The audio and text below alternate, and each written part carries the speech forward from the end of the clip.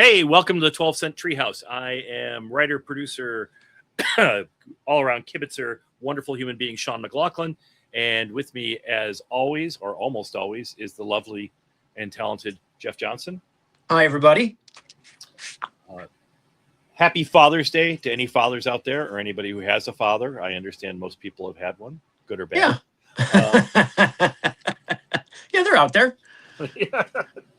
And today, I think we want to continue on from last week, right? We were talking about how do you revive a character, how do you make it personal, and we talked about Flash Gordon, and we want to continue on along those lines and talk about how you develop it into something that is not just hack work, but meaningful and has something hopefully to say, even though it's Flash Gordon on the planet Mongo with Lionmen and Tuskmen and all that kind of stuff.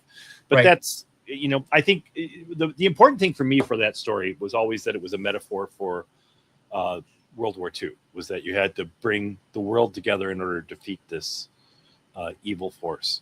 Right. But what we talked about last week was like how would you do it now? And instead of doing the Flash Gordon's son goes to Mongo, or Flash Gordon's has a teenage hero with him who takes over the thing, how would you do it with an older Flash Gordon forced to return to Mongo? So I think the big question is, Jeff, how many years would you think it would be? So you think he's like in his 20s, maybe in the first series? He's not long out of college. He's young. What was the sport you said he did? Was it rowing or no? Polo. I believe he was one of the top polo players at Yale. Well, I mean, so what's interesting about that, first to go back to one of the things you said is like, it has to have, like, we're revamping a character, we're approaching a character, and it has to have some sort of emotional connection to us, right? Was why are we doing it? So I think I like that we're doing it with Flash Gordon since we both know him and love that character. But I really think that this thought experiment is just a great exercise. Like, how do you develop a character? How do you approach making something that is interesting? But I think the first thing is it has to be interesting to you, right? It has to mean something to you, because trying to guess like what's going to be like, what's the next Wolverine story, or what's the next big thing, I always think that falls flat inevitably, because you can only tell the story that means something to you. You have no idea how it's going to affect anyone else, or if it's going to hit. And if it doesn't land with you, it doesn't really have a chance of landing with anyone else. So for me, when we came across the Flash Gordon thing of like, so he's probably in his 20s when he does his actual Flash Gordon thing, leaves Mongo, and then comes back when things have gone awry, like solves the problem, defeats Ming, and then is gone for a very long time. I think since I'm in my 50s, I would put him in his 50s, because at that point, a lot of his friends have probably already died or gotten sick or fallen off the map in some way or another. He's still vital, but it's not the same. And also you're staring mortality in the face in a way you don't when you're in your 20s. Right. And I think that's a really interesting thought, because in your 20s, you sort of like run towards danger. And in your 50s, you start wondering, well, and it's not just the knees hurting. It's like, right, not just the running that's the problem. Yeah, my time is limited, and how much of it do I want to risk for somebody else at this point? And I do think that's interesting as a story theme. Because a story is always just an exploration of something. It's just a cool version of an idea. So yeah, maybe he's 50 and he gets called back. And he sees that not only did he affect change, but once again, what's that word where a real person's actions is mythologized? Is that it? Mythologized. So they have turned him into basically a fictional character and almost deified him, right? So now he comes back and he's trying to affect change, but everyone sees him. He has to overcome how everyone sees him before he can change anything, right? Because they're already dealing, right? which I think is another interesting concept about if you've had old friends or you've been around for 50 years, especially like say our careers. I'm sure some people think of us in one way and other people think of us in a different way, which may or may not. I think there are a lot of people who conflate the two of us. Right. Those are the big scary guys in animation and comics who are willing to yell. Yeah. You're not. I'm the yeller. You're not a yeller. You just sort of loom menacingly occasionally. Yeah, I like to say like, hey, that's not fair, and that that's a problem. But anyway, but I do think that self-perception and how people perceive you is another interesting theme. Before we even get into any of the plot or nitty-gritty, like, what's the story about? Like, what are we actually talking about? I think that's one of the things I think is great about Batman, right? If you can take any character, the ones that have the most longevity are the ones that I think represent an interesting ideal or belief system. Like Spider-Man, definitely the cost of responsibility. Captain America, the ideal is more important than the reality. You fight for the ideal. Batman, right? Well, the interesting thing about Captain America is that the ideal is what you fight for, but he's kind of a dick. You know, Cap? Yeah. Because he's convinced he's right all the time. He is. Yeah. Yes. I mean, he does have the benefit of mostly being right, but I'm sure it's annoying. Yeah. I think you're dead on about the 30-year difference, because how long did it take for Europe to go into another? Europe never went into a conflict like World War II, but 30 years later, there's still sort of like the same things going on. And if you have these different peoples who are brought together to defeat Ming, how long is it before they start arguing amongst themselves again with stuff that they've been arguing about for thousands of years? Right. Maybe. Or about if you want to go into like stuff like what happened to the real world, it's like, are people in Phrygia, the Ice Kingdom, angry that Tuskmen are moving in now? Right. Are there immigration problems on Mongo? Right. Like, how are their economies doing? Have they what are the natural events that have been going on in this time, like that are maybe have nothing to do with the new regime, so to speak, but like are inevitable outcomes of human interaction, right? I think those are really interesting conversations to have, and I know that they're inherently political, but like every bit of art, I think on some level, if it is a response to the person who's creating it and the time they live in, it's all political. Yeah, and the time we're living in now is an interesting time for. You have the sort of superpower of the United States waning, and Europe having to step in and do stuff that they had counted on the United States to do for a long time, and that could be a good. We could turn Mongo into a good metaphor for that. Absolutely. Well, because you said that the original Flash Gordon is sort of an allegory for World War II and Reconstruction. That's how I took it. Yeah. So maybe the next Flash Gordon, if we're going to continue that legacy, is like, well, how do you then prevent World War III? Like, right. So, especially if you taking out one guy, right? As bad as Ming was, like he's, the urge to be Ming, right? Ming in the making, like whether it's a son or a destiny or just some other asshole that doesn't care about consequences or consequences for other people. Yeah, but the other thing was that Ming, when Ming was in power, at least my reading of it is that it was a relatively peaceful time because people were afraid, and they were focused on him. But it didn't seem like there were people starving or that there were people being thrown in. Once Ming got his control, he tried to make it fairly comfortable. It wasn't like the Soviet Union where people were starving and dying left and right. I mean, there probably were secret police and stuff, but right.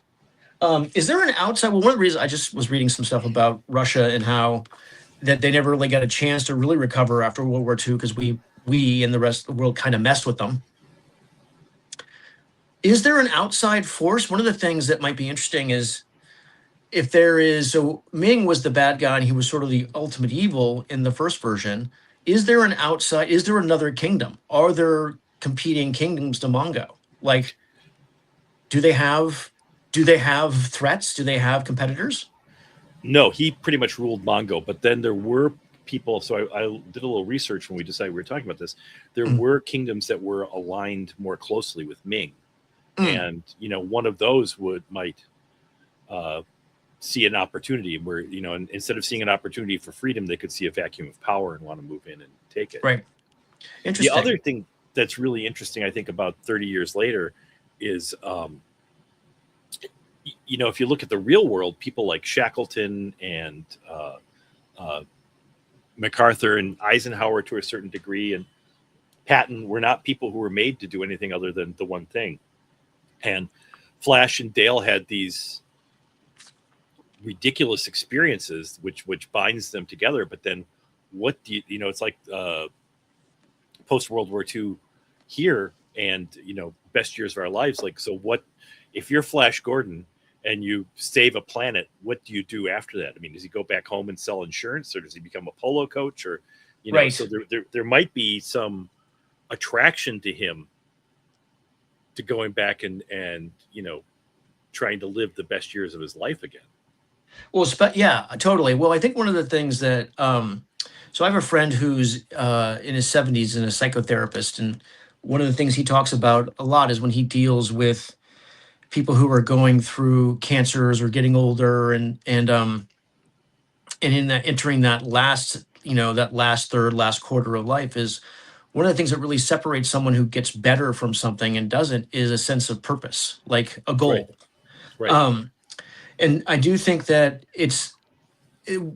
when you get older and it looks like, oh, I've retired. Not like, now what do I do? That sort of amorphous, lack of motivation, I think, can really weigh on a person. Like, and having so yeah, maybe he's just flitting through life being like, what am I even doing? Like, why am I even sticking around?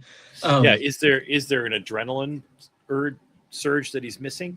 That, certainly was.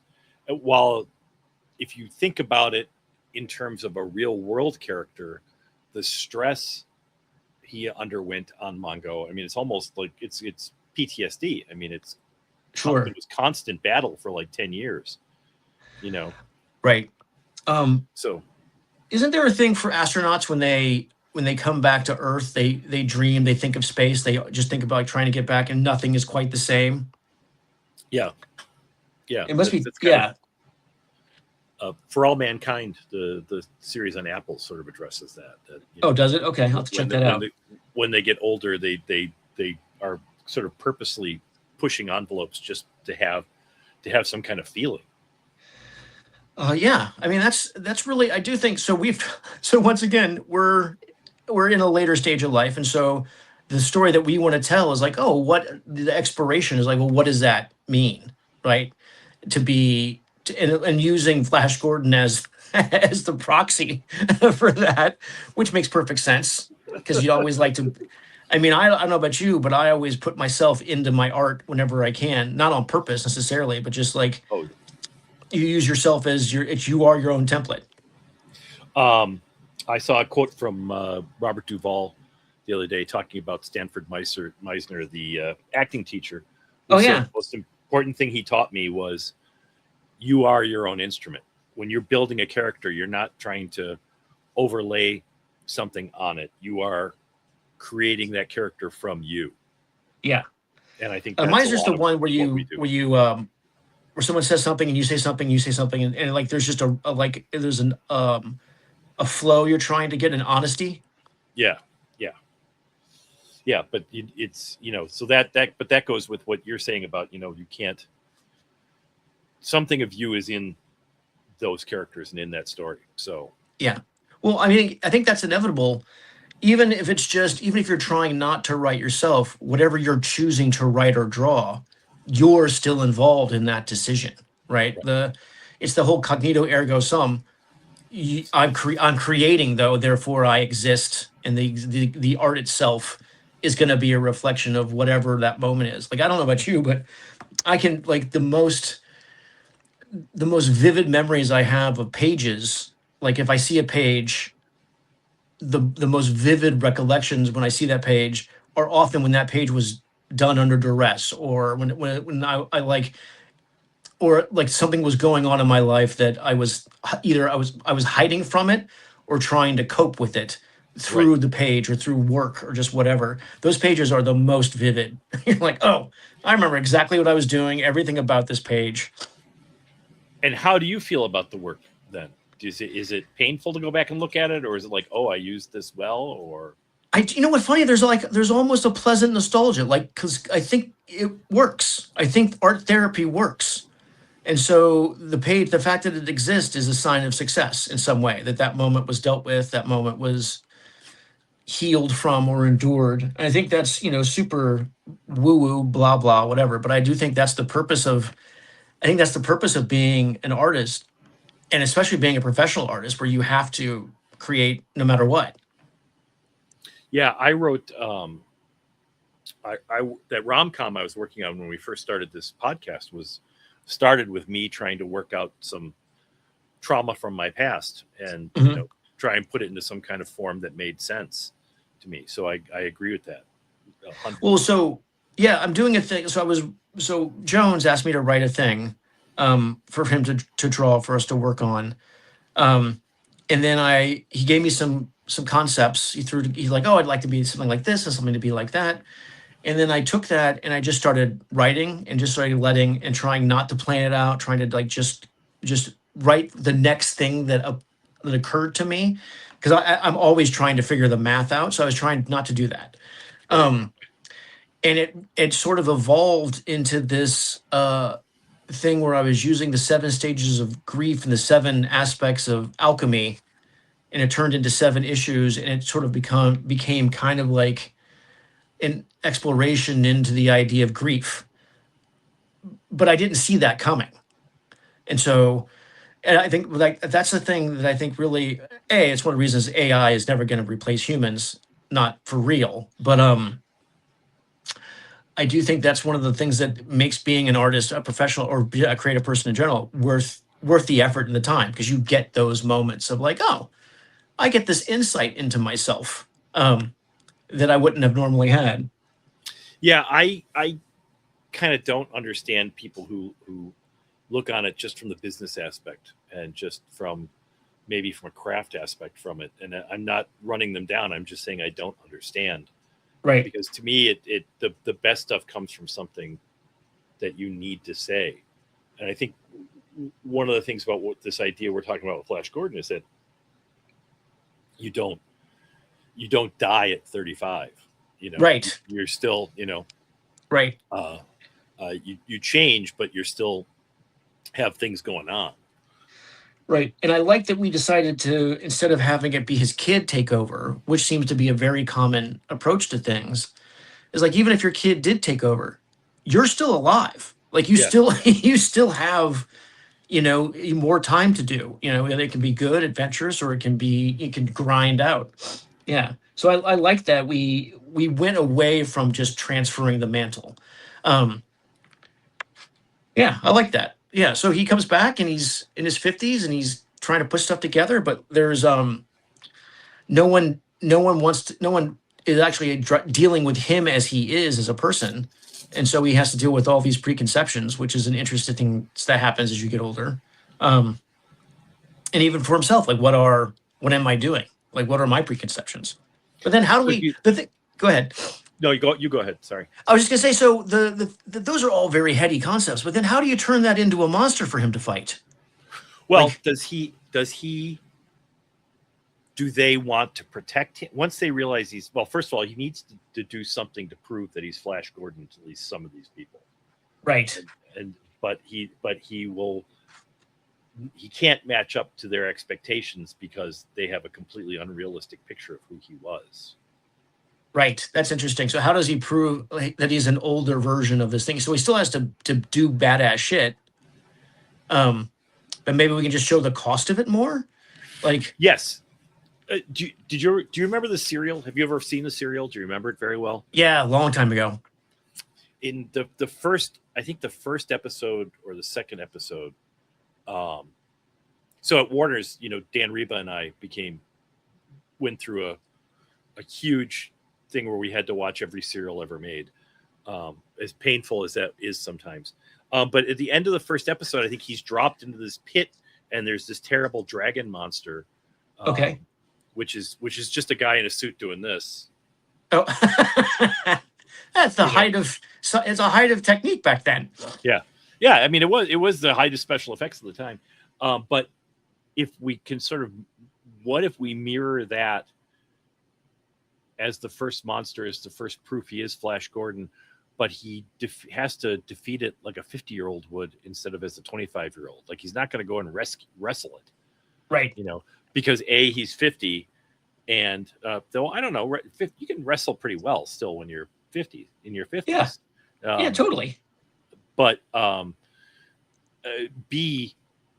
he's more scared than he was before. Because right. The clock's ticking, he's more aware of his own mortality. Right. And then if he defeats it, okay, yay, he's Flash Gordon. But some people would be like, is he though? Because Flash Gordon would have just beat that guy up. Right. This guy's not. He's like Flash Gordon light. Yeah. So you have the monster coming at him in the pit. Where he's got to fight his way out. A reflection back to his first days on Mongo. I love that. But it has to come in a different way. And instead of having to try and just bring everybody together, he's got to bring everybody together and prove that he actually is who he is. Right. So he has to. So I think that's an interesting. When we talked earlier about like how do you get from point A to point B, I think you just did something that I need to write down and try and think about more consciously. You presented a problem for the character to solve. Mm-hmm. And the way they solve it is is character. Mm-hmm. Right.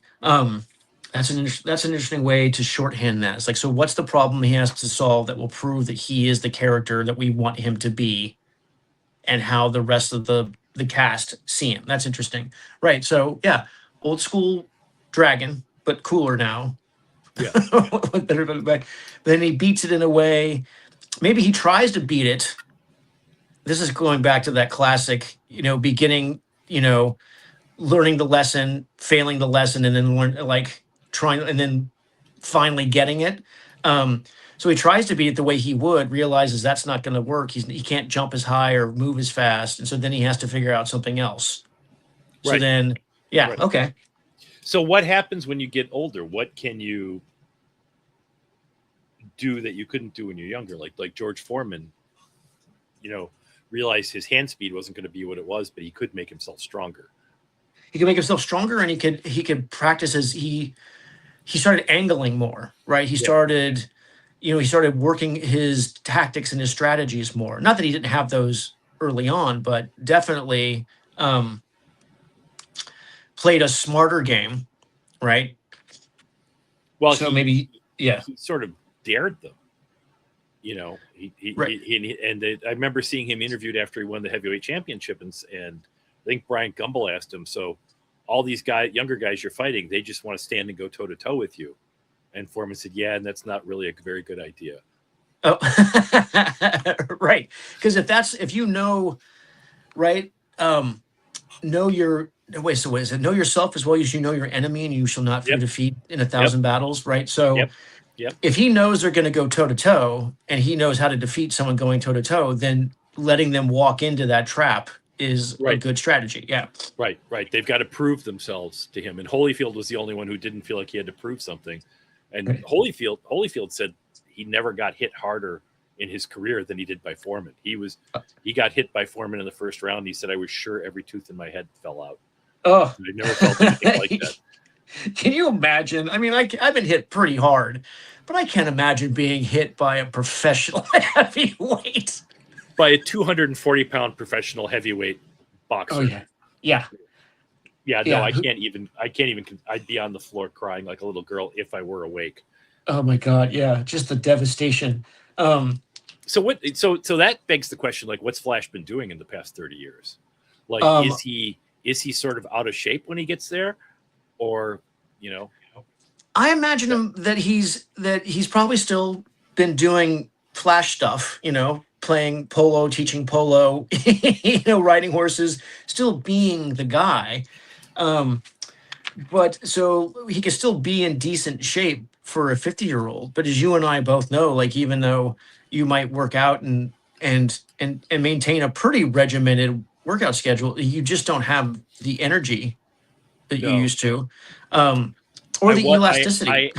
I I am stronger than I was though. Yes. I don't pop back as fast. I I had a really hard hour and a half of weightlifting this morning, and then came home and immediately took a nap. Yes.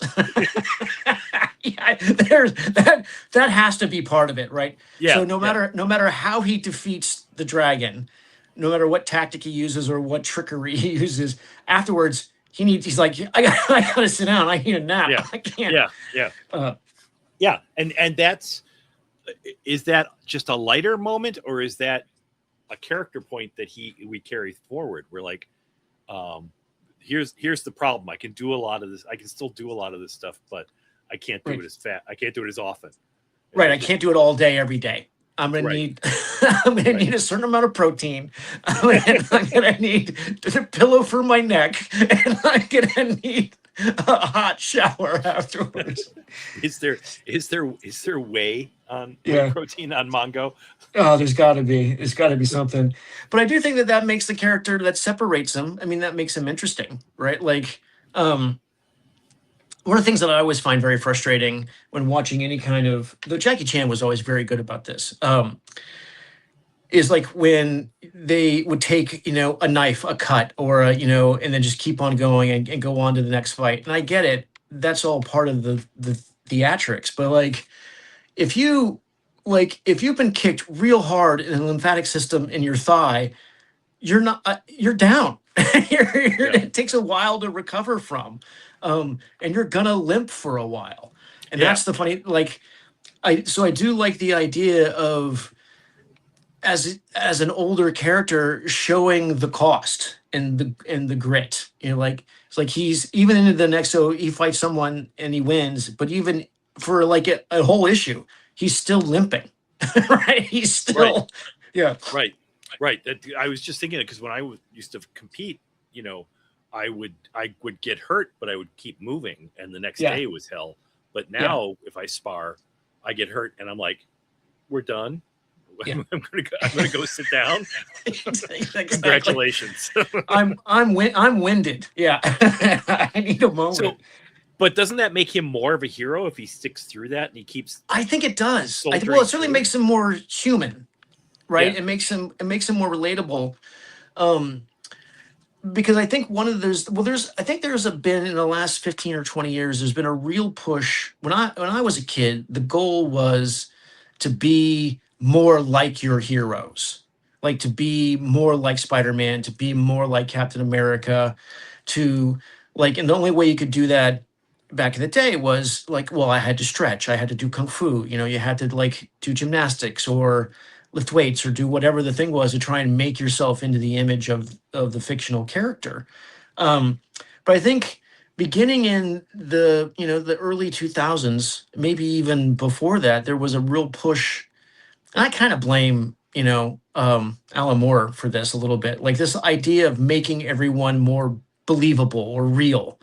Yeah. And so there was a push, I think, to bring the characters closer to us as opposed to getting closer to the characters.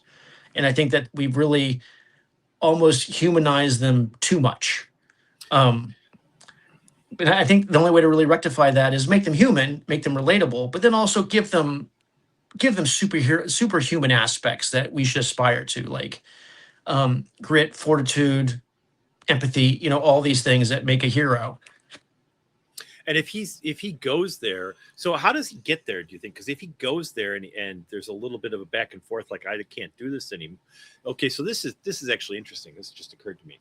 And this is, we were talking before about how I plot things out, and this is the sort of shit that happens in my head. Right.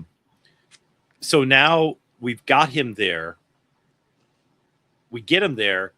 He doesn't want to do it at first. he says, I'm in my 50s. I've got another life. I don't know why you guys brought me here. Maybe I can be a general or something and help you out that way. And they drop him in the pit with a dragon.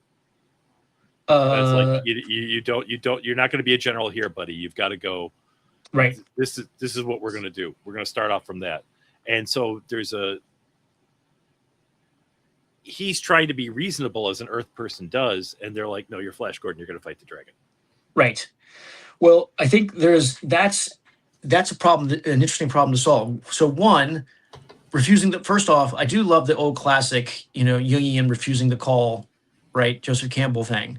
So he refuses the call first, like, because everyone's like, no, not for me. But then if he gets thrown into it, like the choice gets taken away from him and he just has to survive, you can find out that he likes it. But like, how do we get him to Mongo in the first place? Like, so that book I was telling you about, they have someone come and get him. And that's how he goes back to the Flash Gordon world. So I always think that would have been my first response, but since someone kind of already did that, like, maybe it's an accident. Maybe he falls into a portal, or he finds one of Zarkov's old spaceships and goes back. Or maybe he thinks he's committing suicide on some level. Like maybe he's looking to get, like maybe he wants out. He's like, I'm done doing this Earth thing. I'm just going to go. Maybe he thinks he's going to go back for like to live out the last of his days in peace. Right? He's like, you know what? I'm going to go. Fuck this job. Fuck this life. I'm going to go back where I'm a hero, and I have free healthcare, and I have all these things. I'm going to go back to the place that I fixed. They owe me a decent, a decent end. Maybe Dale's, they owe me a decent retirement. I put the time in, right? Yeah. And then when he gets there, he realizes like, oh no, this is not this is not idyllic. This is not. You people have messed up everything I did. Right. What if for a character piece, what if he goes back for Aura? Oh. Because there was always, the Flash Aura, she's the bad girl, Dale's the good girl. And what if he's just hit, late middle age, and, he doesn't have to be a really good guy all the time. What if, or maybe Dale's gone. Maybe Dale died and he's just been a widower for a while. That's interesting. Yeah. I kind of like that. If Dale's gone and he goes back for the other love of his life, who he always had a thing for, and maybe live out his super sexy. I like the idea that Zarkov left some spaceships hanging around, because in the original story, Flash and Dale are kidnapped. Right. In that one ship. Right. Yeah. Yeah. Zarkov kidnaps them and take them back, but they come back to Earth with a ship from Mongo. Oh, so maybe they get back in that one. Yeah. Okay. Yeah. It'd be kind of cool if it's been mothballed somewhere, right? And it's under a giant tarp, and he goes and starts it up again. Oh yeah, maybe he promised Dale he would never go back. It's like, no, your life is here now. Yeah, I don't want you. Yeah, and it's she dies, and now that's his impetus to, like, I got to reclaim something of my life, of who I am. He worked for 30 years to make Dale happy, and she dies, and he realized that without her, he's not happy. What's he going to do with his life? Right. And I do think that's a really interesting, we know now enough people whose parents are not doing so great, or who have gotten a divorce, or like life just changes and now your circumstances are different and you're left questioning. I do think that this is, first off, we should write a fun story about a guy who's dealing with this stuff in his 50s well, this is what's interesting about being at Flash Gordon. We can figure all this stuff out with Flash Gordon and then just make it our own thing. Yeah. But I do like this idea of, what do you do when you've been a hero and you've had a whole life and you're no longer the hero? Like, what is that? What is, yeah. Like I was saying earlier, like Ernest Shackleton, like what did this guy do after that amazing journey in the South Pole? Like, right. What do you do after that? Right. do you just talk about it for the rest of your life, or or it's kind of like old baseball players who can't wait for the old timers game.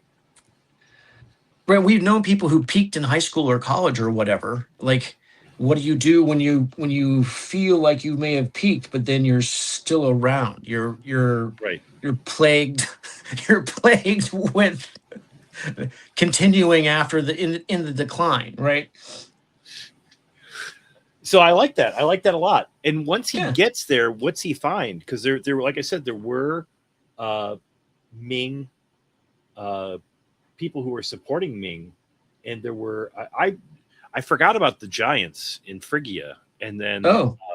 there were also giants in the South Pole of Mongo who were associated with Ming. The Sharkmen were Ming allies, and who else? There were giants in the South Pole were Ming allies, and Ming would use Arborea. I didn't know Arborea had two indigenous populations. Okay. The implication is that Baron and the Tree Men had taken Arborea away from these people, which is, that means they're angry and, would easily go on some kind of war run. Right. Has it all just fallen apart? Is it like Game of Thrones and there's just all these kingdoms who are holding each other in abeyance, just keeping it down? Or is there somebody trying to take over again? I like the idea of it being kind of Games of Thrones, where like there's a million different factions, just trying to figure out who's going to be in charge. But that seems utterly kind of hopeless. I kind of like the idea if there is someone's trying to put it together, but they can't. They don't have the collective aura to pull everyone under the umbrella. And maybe that's when Flash shows up. They're like, oh, everyone wants to use them for that kind of thing. Like, right. Oh, you're our figurehead. You're the thing. If you're on my side, then that means you kind of like that we have an extra push, that we are more legitimate, right? Isn't that what they always wanted to have, the king's son, or the king's, like, it's the king is dead, long live the king, that kind of concept? I think Baron of Arborea became the king after Ming fell. But what if Baron dies, and if excuse the phrase, if Baron dies Baron and doesn't have an heir, that could set off a whole war between these people, and he just comes back and finds it a mess. Right. It's not just, and it's a different story than trying to defeat Ming, because it's trying to pull all these people together. There's not just one person that he has to defeat. It's right. all these things he has to try and pull together. And right. So why doesn't he just leave? Well, that's he doesn't need to be the hero. He wants to be the hero, but also I think, like, that's the great thing, is like, so I know this is cliche, but what is his motivation? Like, what does he want? Right? Isn't there the classic thing of what does the character want, and then what does the character need? And those right. are the two different things. And there's also the thing of, like, what does the character need that they don't know they need until they realize that that's what they really needed, right? So there's what they want, or what they think they want, what they think they need, and what they actually need. And I think those are probably going to be different for him throughout the story. So when he gets there, he's probably just kind of trapped in it. Maybe crashes. Maybe there isn't another ship to go back. Or they capture him. A ship lands and they just capture him because this can't be good. Right. Oh, it's one of Ming's ships. Oh, right. Is that what it is? I think so. Okay. So we can just say it is that they took one of Ming's ships. One of Ming's ships crashes and they immediately arrest whoever is in it. Right. And they're like, you're not Flash Gordon. Flash Gordon is a deity. He went back to heaven. Yeah. Right? We have a statue of him here, and he doesn't have a pot belly. Yeah, exactly. He's strong. You look tired, right? I like that. But yeah, figuring out what his motivation is, I think that's always the hard thing. Like, I don't draw, I know I talked about this before, but I don't draw I think I draw a much better Spider-Man than I do Superman. I don't, and I didn't. I've drawn Spider-Man a lot more than Superman, but I never really felt. Part of the reason is because I never really felt like I got a handle on Superman. Like he's he's much more of a cipher for me. He's not. He's more of a concept than a real person, and I never felt like I understood how he would stand. Like he's. I never understood how gravity worked on him. Um, I just don't get it. Who was it that said he lives in a world of tissue paper? Um, yeah, there was. Yeah, I love that quote. I can't remember who said it first, but yeah, like Moore? might have been because he's always taking it so easy. No, it's when he fought Darkseid that time. Maybe it's when he fought Darkseid that first time that he didn't have to hold back. Right. Yeah. So yeah, that's a great character moment. So I think understanding but that's me trying to draw a character, not even just write them. So I think writing the character, you really have to understand who they are. Well, he's in his 50s. He's past midlife. He's just past midlife. He's wondering. What the world Yeah. I mean, generous. But yeah. I remember when someone told me when I was 45 that I was middle aged, and I'm like, there's no way I'm making it to 90. I don't see that happening. Megan once said, "We are a disgusting pair of middle-aged hipsters," and I said, Yeah. "I'm not middle-aged. Right. I'm not I'm a senior citizen hipster. Let's get Oh this yeah. straight." Oh Um, God. Well, he's in his 50s. He's in some pain, some Right. emotional pain about it, because what do you do? Like, if is his usefulness over? Is, I think, the big driver in this. Mhm. Right. What he wants is something to feed him, to make him feel alive again. Mhm.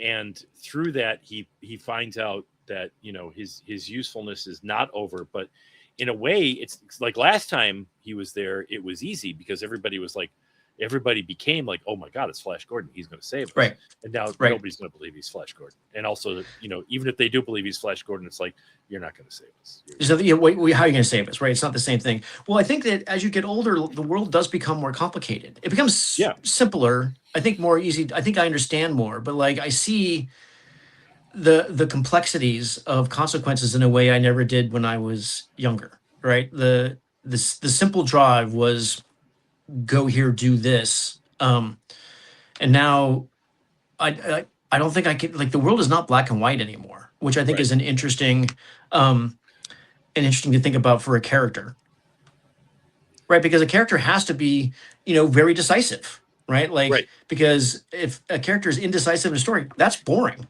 It's boring to Right. draw. It's boring Right. to read. But how do you visualize? Once again, I'm always interested in like, how do I turn the metaphor into the visual, right? Like, So if when he was young, he thought, if I just get these people to pull together, things will be fine. Mhm. right. He goes Or if I back just and stick a finds- sword in this guy, right? Yeah. Like just that one guy. I've just got to put Yeah. a sword in that one guy. one guy, and then that settles everything, right? Right. Yeah. Right. But it's not gonna. He understands now that doesn't work that way, and it's not Right. just like, hey gang, let's all pull together like a football team. It's that does it become too heady and too talking heads if he understands that you're not going to solve all the problems this one way? You're not going to get the tree people and the lion men to ally with each other without Ming to defeat. That's a Right. big deal. Right. Well, I once did a thing called War Inc., which was it was for veterans, and it was sort of an online gallery museum thing that we took really great photographs of all these veterans' tattoos, and then they were all memorial tattoos. They were tattoos of their time in the service. There were memorial tattoos of people who that had died. They were tattoos that were representative of their experience during during their time in service. And then one of the things that I really wanted to do was use those as as part of the 3 act structure and tell the story, like tell the story of the tattoo, and have it be, and have the soldiers having been the hero who'd gone to the foreign land, had the adventure, and then brought back the information, and then that classic nut, where then they come back, and then the part that I really wanted to get, we wanted to turn it into a physical exhibit where you walked around and looked at the tattoos and the photographs, and then had to walk around, um, and then really look at them and be standing next to them. And so at the end, the question was now, because I've always said the biggest problem um, with PTSD and vets coming back is like they did their job. They did the first parts. They did their part of the story as the hero. They went into the underworld. They went to the foreign land. They brought back the fleece to fix the problem. And then the part that always gets missed when soldiers come home is that the people, the villagers, don't then apply the information that the soldier learned, the hero learned, to fix the problem with society that sent them out in the first place. They never then apply, like, oh, Right. you came back, you have this information now. I will take the information and your job is done. Now I will apply it and fix this system. That part never happens. Um, and I do think that the story, I got lost in my own thread. Can you do a visual storytelling about the sort of politics we're talking Yes, about? that's it. Game of Thrones Right. was So a lot of politics and intrigue. right. Well, like what is the metaphorical MacGuffin, right? Like and I always use the golden fleece, right? He needs to cure a sickness and he has to go get it and make deals and do all that stuff. But it's a great visual metaphor for the problem of the things that suck about society, right? Like, and then he had to fight with Cribda and Syllabus, who are the two sea monsters? Charybdis, is that it? I think so. Um, well, look at my ancient Greek not quite coming up. But anyway, that's always my struggle: is how do you take what we're talking about, like this feeling of incomplete destiny, and make that into a dude to fight or a thing to overcome, a mountain to climb, right? Like that's the tough part, I think, about having it be a visual medium. Is like, what is the visual for the different metaphors? Is there, a couple things. Mhm. Is there an opposite number? Yes, that's important. And is there someone on his side who is, what if there's somebody on his side, on the good side, who's questioning him all the time and saying, we don't need this Earth guy doing this. We thought he saved us once before and he fucked up. Right. If it was, we wouldn't be in this position without him. Well, I killed Ming. Yeah, we wouldn't be in this position without you. Right. The So devil's advocate. Right. If that guy has, or woman has an army, then that sort of like gives that a personality and a visual conflict. If they have an army or spies or something like that. What if it's like what's her name of Phrygia, or what if it's even Thun, the Lion Man, is like, who was his best friend, is now like, no, you screwed us up. Right. And I've got all these lion guys with me. Right. What if it's Ming's daughter? Actually, instead of it being a romantic thing he goes back for, she's actually the one who's most pushing for Ming stuff, because she's like, we were much better off under Ming. At least she certainly was. Right. Like if she's been turned into a commoner, and has been living, say, with the Lion Men this whole time, and now she's like, nope, this didn't work. We need to go back to let's not go all the way back to Ming, but I'll be Ming, but nicer, sexier. Like Italian fascists currently. Yes, right.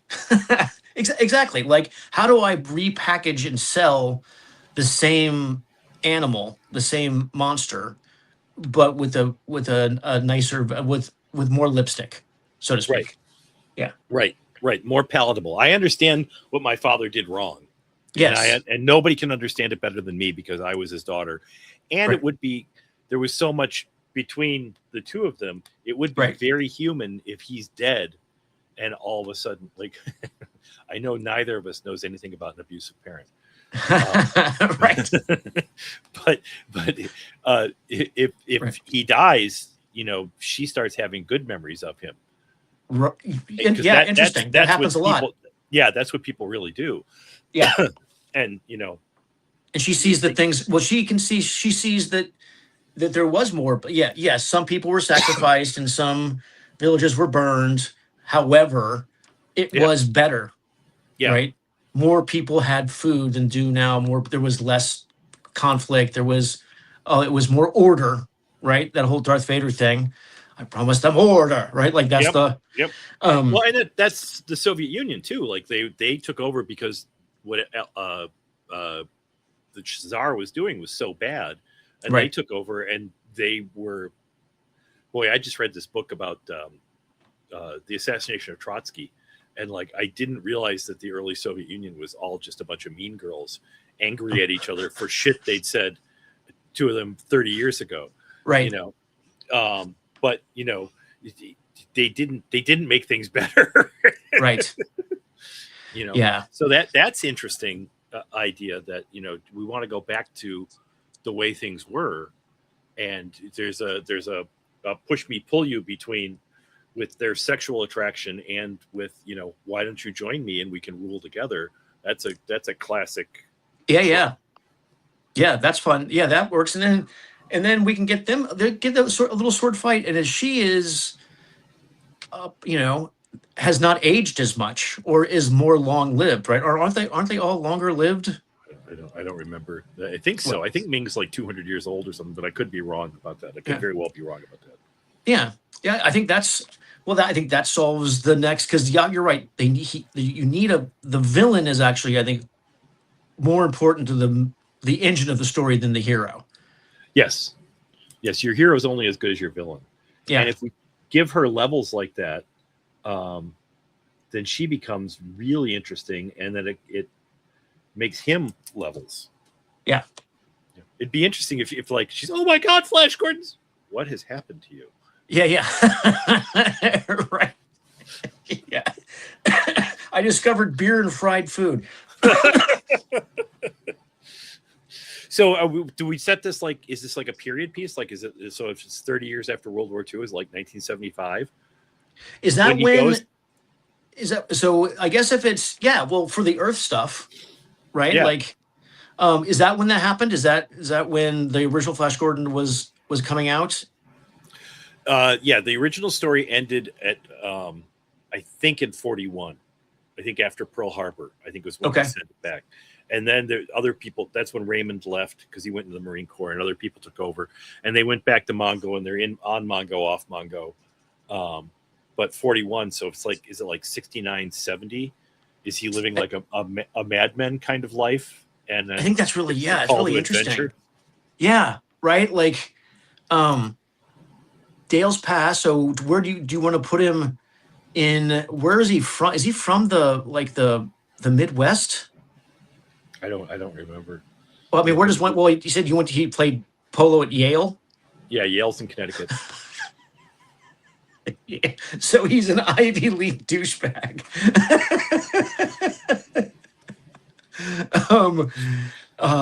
And Dale's a New York City girl, right? Yeah, she's like a model. Okay. She's like a socialite. So maybe they could maybe what's the 70s in New York would be a really fun place to start the story for him, right? Yeah, I just got an idea I'm writing down. He took over her family business. Okay. He's miserable at it. Well, yeah, she was a socialite, so he's just like, what do people do that made a ton of money in the 60s? You know, he just it's like the Thin Man. You know, the Thin Man is she's rich and he manages her money for her.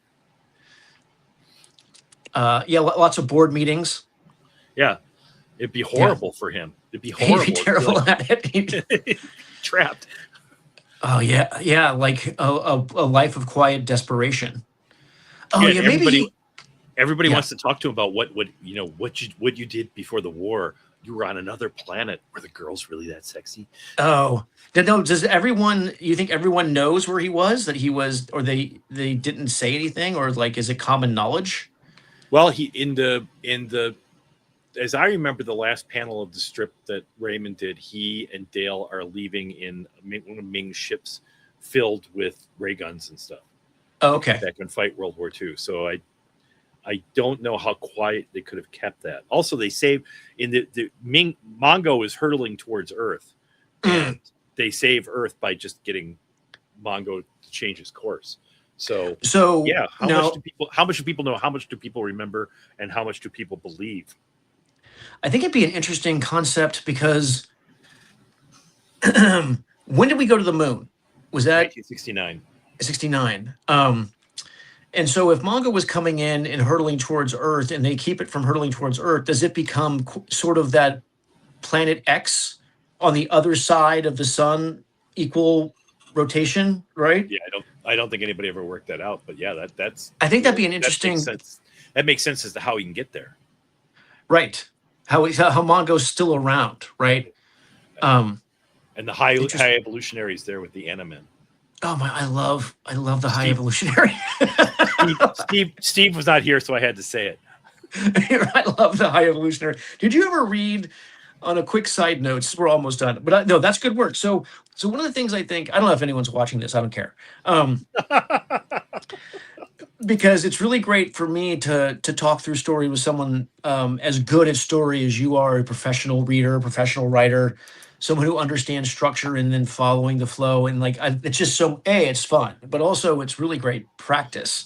It's very kind of you. But also, I think if anyone wants to learn how to do it.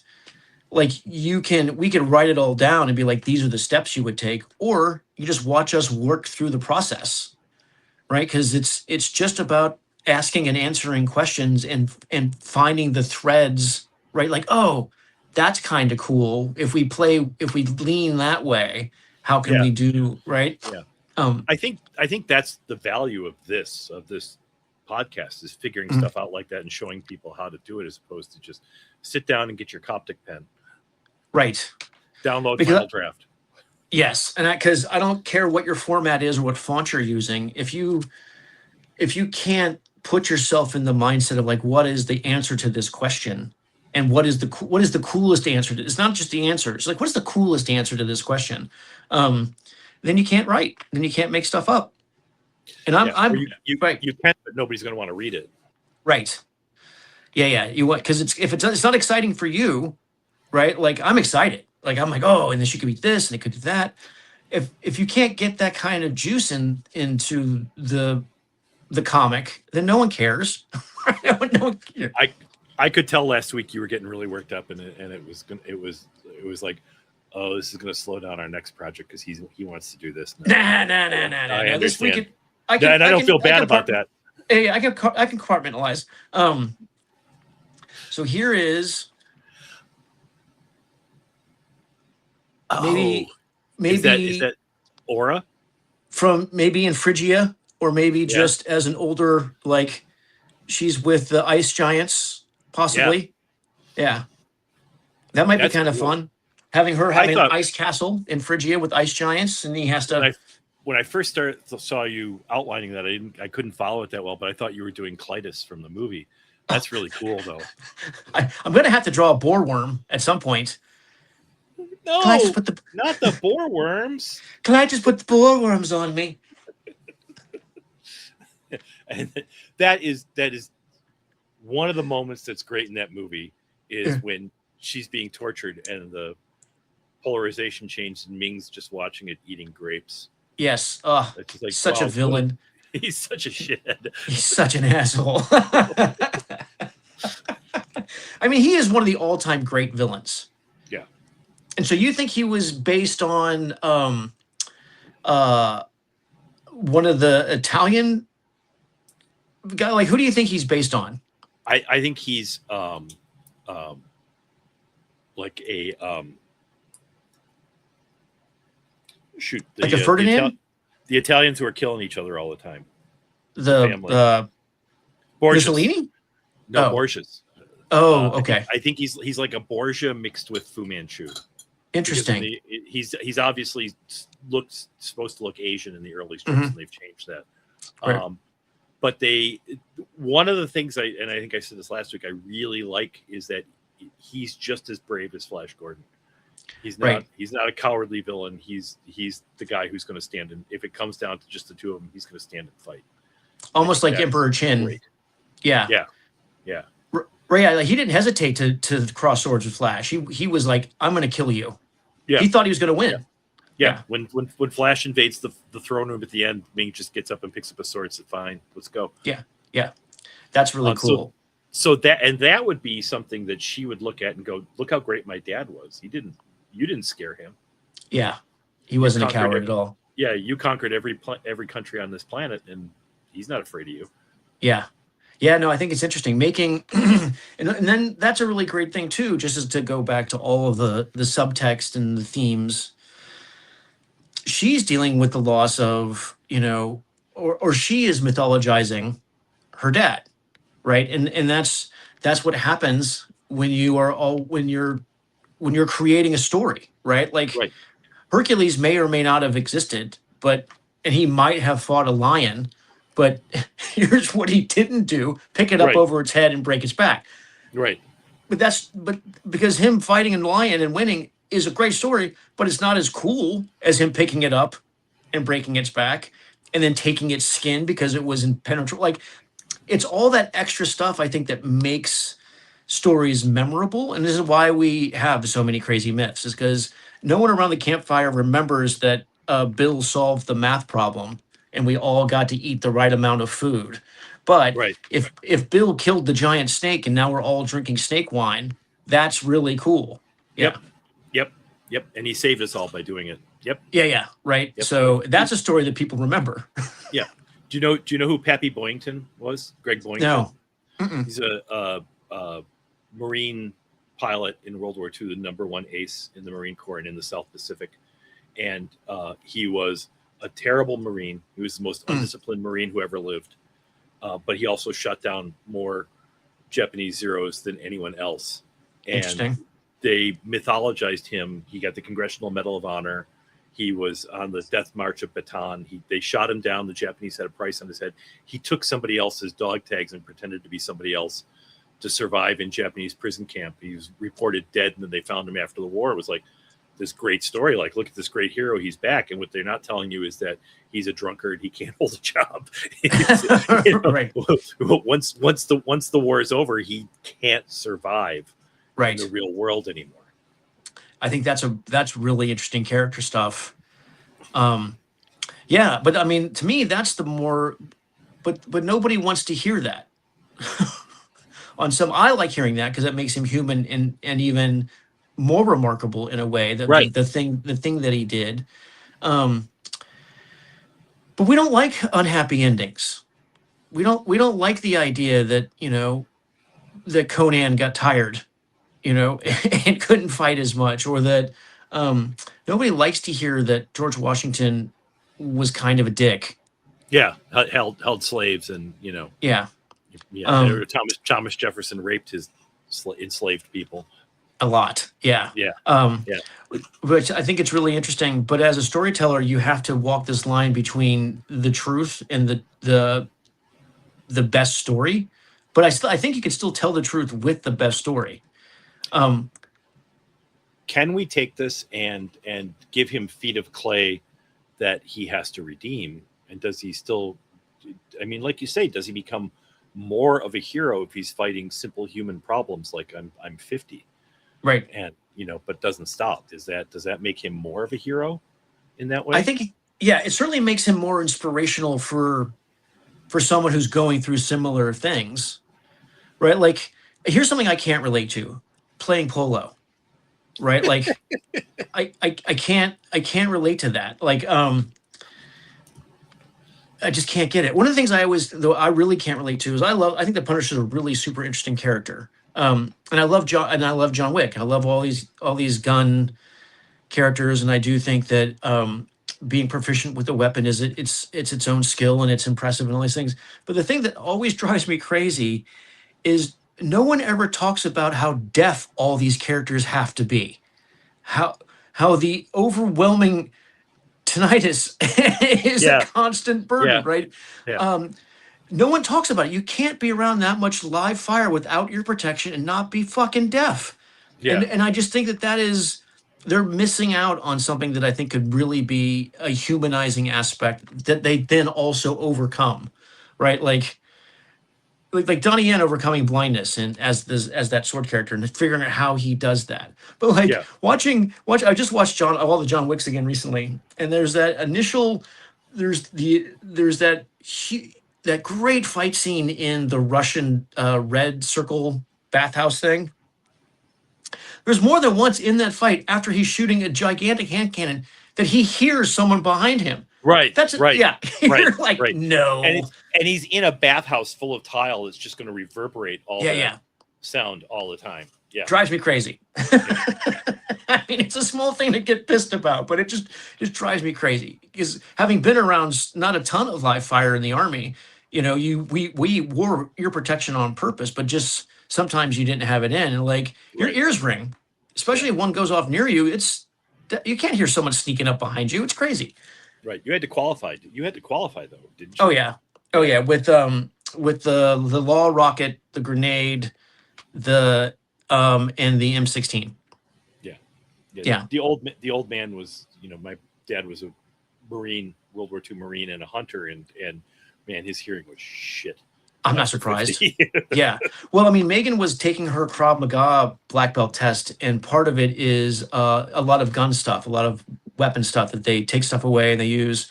And she was really proficient at it and really good at it, but she'd fired a bunch of stuff, but she'd always had ear protection. And I said, well, I mean, if you really want to play as realistic as possible, you have to at least fire off a few rounds without any ear protection, just to see how startlingly loud it is. Right. Because all the stuff you do when you're training is to mitigate your startle response, and it's so loud, it's hard not to be startled by the first time it happens. Right. And so, of course, I fire off a few rounds, she fires off a few rounds, everyone's fine except for me. Suddenly I had nothing but ringing in my left ear for like 2 days. And I'm like, I did it to myself. I just did it to myself, Sean, every time. If you want to feel better, when I was doing the cowboy stunt show, I was loading the double barrel shotgun inside the cinder block sheriff's office, and I didn't check the triggers and the safeties when I snapped it shut, and they both went off. Like I went like this, and they both went off right here. Oh, so I know you're feeling. Oh fuck, that's terrifying. And I was running the damn show. Oh my god. Yeah, weapons are dangerous. They're so dangerous. Yeah. So how long did the ringing last? About 2 weeks, and then my hearing in my left ear still isn't. My entertainment attorney was a tank officer in Israel during one of the wars, and whenever we would go out to lunch together, we would sit down and start talking, get up and move. Yeah, so you can have the good side, so we could hear each other. That's a bit that we have to have in the new story, in the new adaptation, is like he's got to be deaf in one of his ears from an explosion somewhere, a crash, something. Yeah, he's like, no, I can't. Yeah. I can't hear you. I can't hear a thing you're saying on this side. And I just thought about this. I think he's going to be a lot more interested in the ray guns than the swords at this point. Yes. Yeah. Right. Because they're quieter. Well, not only are they quieter, but it's not as hard doing this as hard. It's gonna not affect his his tendonitis, his sword shoulder. Well, you're a coward, Flash Gordon. I don't care anymore. No. Listen, give me some distance. I can't do this anymore. Awesome. Well, so next week we have Scott and Jones should be back. Okay. I will be off next week. Okay, so let's just wait till the week after. Oh, you guys can go ahead and next week and get. Yeah, we'll see. We'll see where we're at. But I kind of like, so we'll do it in a couple weeks for sure, and then we'll put together like, let's talk about like what kind of ending do we want to have? Like, how do we want to have a? Because I think the competing with the ending of them going back, defeating Ming, going back and helping the end of World War II, that's tough to beat, right? Like that's a high bar. But I think a good ending is, I think, maybe even harder than a good beginning. I think the idea is take this. What's a good ending for the character at this point in his life, as opposed to what the good ending was, when he was younger and he came back to fight another war. Right. What's going to be good for him here and good for the planet now? Yeah. And does he just stay? Does he want to go back to Earth again, or does he want to just stay? Is this home now? Oh, right. And maybe if so, you said that this is just a quick thought. So he took over Dale's business and had board meetings and sucked at it, right? But maybe on Mongo, after the war is over, he has board meetings and is good at it, because it's about it's about keeping the peace. It's about making sure everybody gets along. Yeah, he's found out that, running stuff. Oh, that's brilliant, Jeff, because if he's on Earth in the beginning and sucking at these board meetings, and then he's there and he finds out that there's meaning to this sort of collaboration without shooting people or running spaceships, that's a really good sort of like heroic ending for him. Yeah, because more can actually be done in a good collaboration with a bunch of different people, as opposed to just trying to make some bank or sell some stuff or get a stock off the ground. Yeah. Right. He stops being a hero and becomes a statesman. Yeah, I like that. Excellent. All right. All right, my friend. Well, thank you, everybody. Anybody who's watching, we appreciate it. There'll be. I did a little drawing.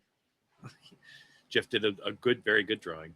There you go. And we'll see you all. If we don't see you next week, we'll see you in 2 weeks. Take care. Okay. All right.